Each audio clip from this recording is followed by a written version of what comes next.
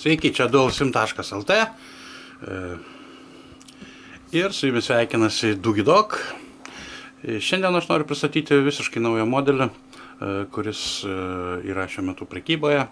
Tai yra modeliukas Dugi DG310. O pradėsime nuo senesnio modelio Dugi 300. Labai populiarus modelis, buvo išleistas prieš metus laiko. Tikrai geras telefonas. Buvo labai populiarus tarp mūsų pirkėjų. Galiu pasakyti tiek, kad gedimų praktiškai per metus laiko jų nebuvo. Buvo keletą atvejų, kai buvo sudaužyti touchscreenai, bet jie buvo pakeisti ir problemos išspręstos. Taigi telefonas yra patikrintas laiko, tikrai yra geras. Šis telefonas buvo, aišku, panašus į Samsung Galaxy S4. Taigi, o dabar šiuo metu keičia jį naujas telefono modelis Dugi 310. Nu, kągi, pradėsime nuo dizaino. Dizainas, kaip matote, panašus jau į sekantį Samsung modelį, į sekantį flagmaną, į Samsung Galaxy S5. Taigi, galinis dangtelis ir pats dizainas visas yra labai panašus.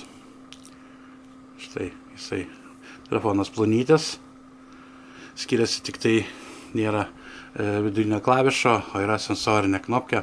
Realiai iš tikrųjų yra patogiau negu iškilęs kažkoks daiktas telefone.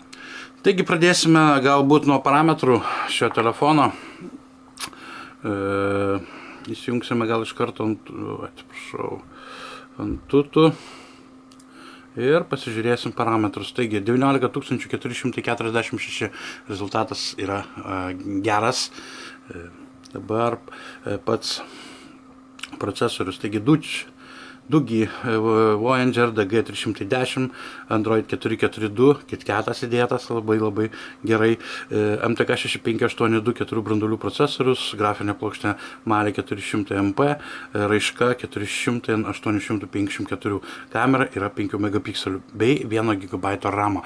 Taigi šis telefonas turi viską tai, ko reikia šiuolaikiniam išmaniajam telefonui. Pradėsime nuo privalumų. Šiaip pirmą kartą matau, kad telefonas biudžetinės klasės, sakykime, jis tikrai nėra brangus šitas telefonas, turėtų tokį puikų ekraną. Ekranas yra IPS LG. Tikrai nuostabus. Kaip telefonas yra už tokią kainą, ekranas, man asmeniškai nerealus. Aš esu pridėjęs jį testavau, sakykime, su Full HD ekranais. Vieną šalia kitą dėjau, realiai nežinau, aš skirtumo tikrai nemačiau. Gal kas ir įžiūrės, nors aiška nėra palyginus didelė, bet ekranas įdėtas superinis, tiesiog kaip už telefoną už tokią nedidelę kainą. Taigi Dugi 310 Voyager, Android 4.4.2 ir 4 branduoliai. Pasižiūrim, kas čia įdėta. Programinės yra standartinės, laikrodis LED flashas, FM radio muzika, failų tvarkyklė. Ir papildomas, aišku, nustatymai fotoaparatas 5 megapikselių, kaip pasakiau, Google Play. Štai Google Play. Renkame žaidimus, programas siunčiamės, kas jums reikalingiausia.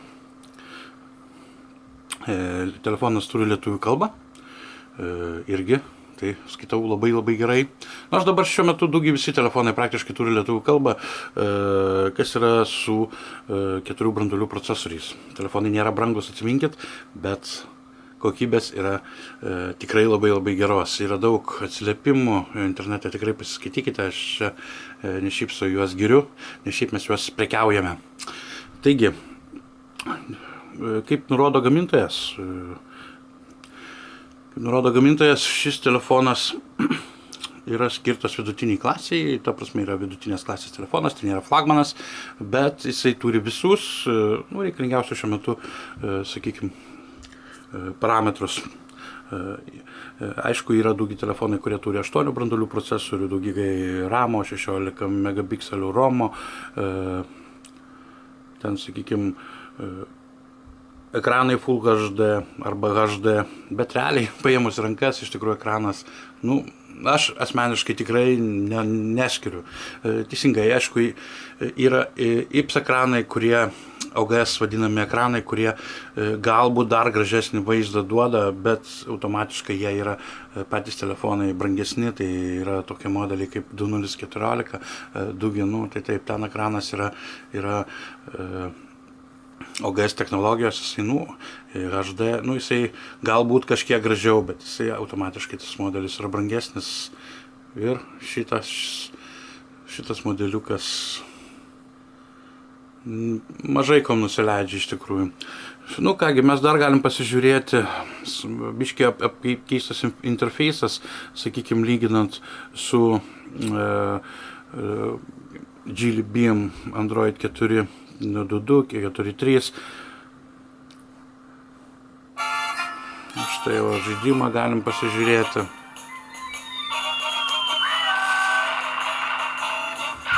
Čia jau mėgėja žaidimai praktiškai visi turėtų eiti, programos taip pat, šiame telefone yra GPS, gali muziką per YouTube pasileisti.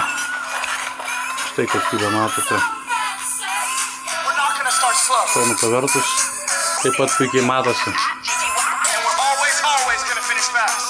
Kaip aš minėjau, ekranas yra tikrai labai geras. Stebiuosi kartais, kaip gali įdėti nebrangų telefoną tikrai gerą ekraną. Pasižiūrėjus kopijas, kurie prekiauja pas mus Lietuvoje arba šiaip tokį šlamštą deda, kad baisu žiūrėti. O čia, prašau, originalas yra vis dėlto originalas, kokybės surinkimo, nieko bendro, sakykime, kopijos vis tiek jos yra kopijos, pas jos dedama yra, tas stengiasi kas pigiausia, o gerų kopijų jų aišku yra, bet jos yra labai brangios ir į Lietuvą praktiškai niekas jų neveža.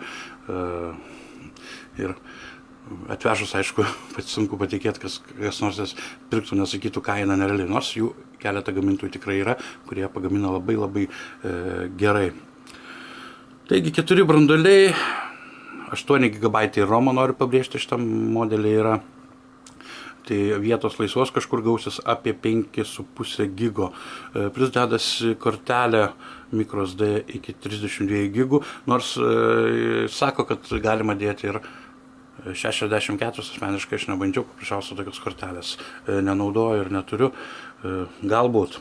Čia atrodo šitai baltas šis modelis, sainą aš jau rodžiau, galite pasižiūrėti, kaip atrodo juodas, aš jį vadinu juodu, priekis yra juodas, štai dizainas gražiai labai atrodo, irgi taip pat telefonas, o galas yra toksai, sakyčiau, melsvas, tamsiai mėlynas, štai jis atrodo. Kas mėgsta Samsung telefono dizainą, šis telefonas tikrai yra jums. Nereikia mokėti didžiulių pinigų, kad turėtumėt galingą telefoną, su kuriuo veiks viskas jums. Nereikia pirkti kopijų, kad būtų Samsung užrašas. Pas mus Lietuvoje mėgsta tai daryti. Būtent, kad Samsung užrašas. Aš noriu pasakysiu paslaptį, kad pačios geriausios kopijos yra be Samsung užrašų. Galiu netgi pasakyti keletą firmų. Tai yra GoPhone, jeigu norite būtent kopijos, arba Number One. Visa kita yra šlamštas. Dažniausiai Lietuvoje, aišku, pas mumis parduodami patys pigiausiai variantai kopijų. Bet kas blogiausia, kad pardavėjai parduodami jas rašo prašymuose tokias nesąmonės, kad yra baisu. Reikia tikrinti, yra specialios programos, kurios sugeba patikrinti, kas iš tikrųjų yra tam telefone. Nes tai kaip prirašo, kas Snapdragon 801 ir ekranai Super AMOLED Full HD. Žinot, aš jums noriu atskleisiu dar vieną paslaptį, kad Super AMOLED ekranas yra apskritai pas kinietišką telefoną. Yra, kiek aš žinau, vienas kol kas tik tai įdėtas, tai yra firmos UMI telefonas, kuris pasirodė visiškai neseniai ir kuriame yra Super AMOLED ekranas, būtent iš kiniečių, sakykime, gamintojų. O rašo tokias nesąmonės, kad, kartais pagalvoja žmogus nusiperka daiktą, aišku, ir gauna neaišku ką ir neaišku kur, tik aš nesuprantu, ką pardavėjas tokiu atveju gali atsakyti žmogui, kad 2 GB RAM, realiai 512 ir taip toliau. Taigi, apie tai galbūt neužsitęsiu. Jeigu turite klausimų apie šį telefoną, kaip jis veikia ir taip toliau, skambite paprasčiausia nurodytų telefonu. Čia buvo dalsim.lt ir Dūgy 310. Sėkmės jums, linksmų, artėjančių naujųjų metų.